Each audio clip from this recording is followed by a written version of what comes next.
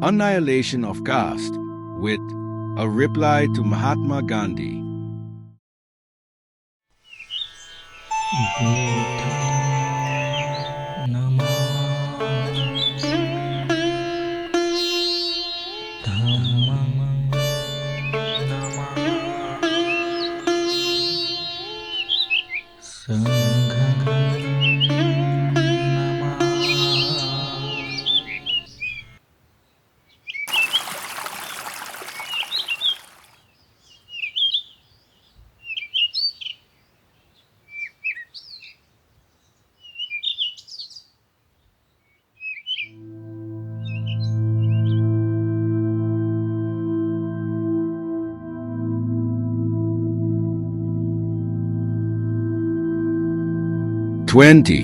There is no doubt, in my opinion, that unless you change your social order, you can achieve little by way of progress. You cannot mobilize the community either for defense or for offense.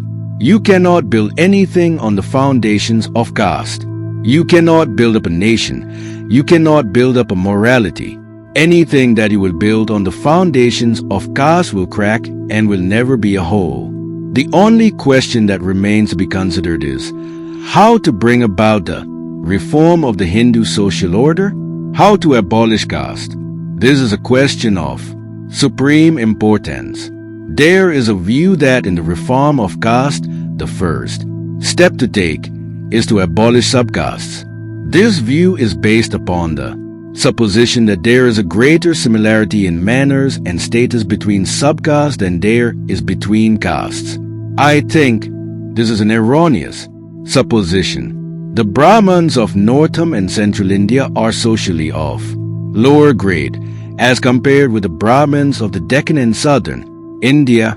The former are only cooks and water carriers, while the latter occupy a high social position. On the other hand, in northern India, the Vaishyas and Kayasthas are intellectually and socially on a par with the Brahmins of the Deccan and southern India.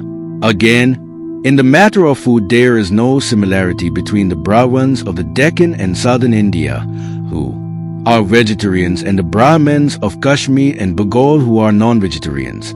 On the other hand, the Brahmins of the Deccan and southern India have more in common so far as food is concerned with such non-Brahmins as the Gujarati, Marwaris, Baniyas and Jains. There is no doubt that from the standpoint of making the transit from one caste to another easy, the fusion of the Kayasthas of northern India and the other non-Brahmins of southern India with the non-Brahmins of the Deccan and the Dravid country is more practicable than the fusion of the Brahmins of the south with the Brahmins of the north. But assuming that the fusion of subcastes is possible, what guarantee is there that the abolition of subcastes will necessarily lead to the abolition of castes? On the contrary, it may happen that the process may stop with the abolition of subcastes. In that case, the abolition of subcastes will only help to strengthen the castes and make them more powerful and therefore more mischievous.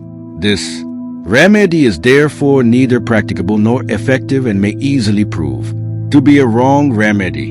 Another plan of action for the abolition of caste is to begin with intercaste dinners. This also, in my opinion, is an inadequate remedy. There are many castes which allow interdining, but it is a common experience that interdining has not succeeded in killing the spirit of caste and the consciousness of caste. I am convinced that the real remedy is intermarriage. Fusion of blood can alone create the feeling of being kith and kin, and unless this feeling of kinship, of being kindred, becomes paramount, the separatist feeling, the feeling of being aliens created by caste will not vanish. Among the Hindus, intermarriage must necessarily be a factor of greater force in social life than it need be in the life of the non-Hindus, where society is already well knit by other ties. Marriage is an ordinary incident of life, but where society cut asunder, marriage as a binding force becomes a matter of urgent necessity. The real remedy for breaking caste is intermarriage. Nothing else will serve as the solvent of caste. Your Japatric Mandal has adopted this line of attack.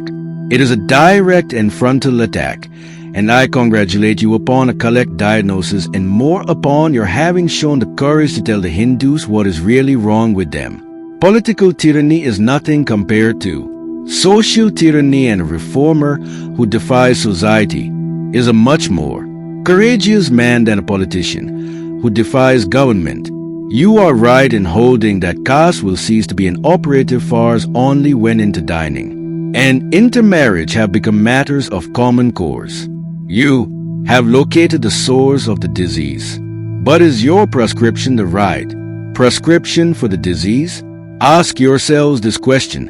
Why is it that a large majority of Hindus do not interdine and do not intermarry?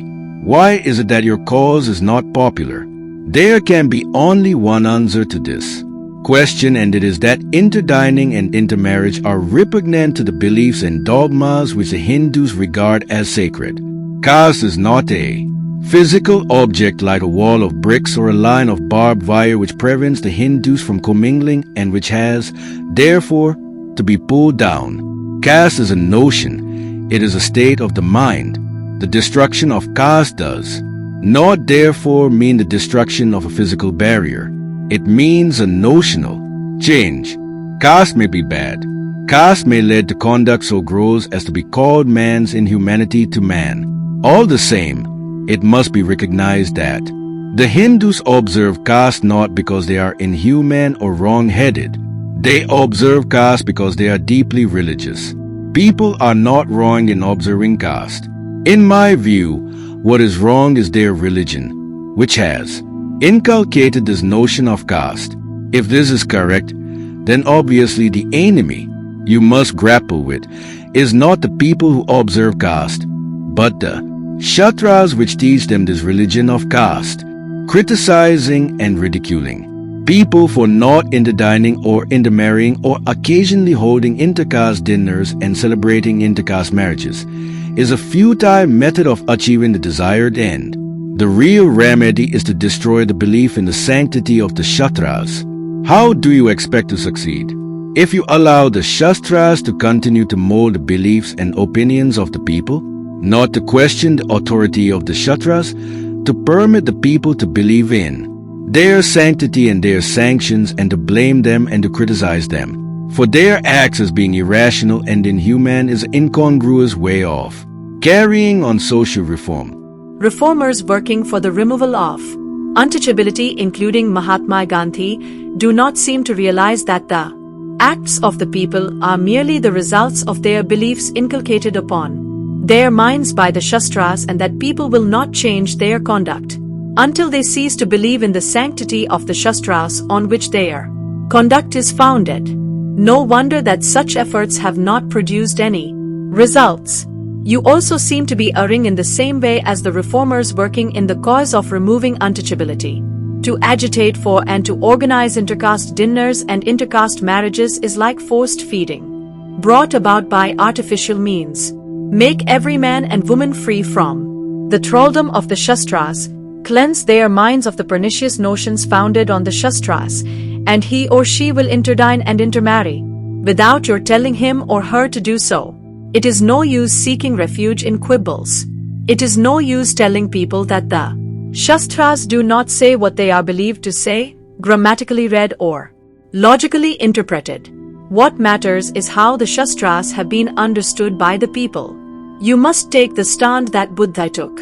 You must take the stand which Guru Nanak took.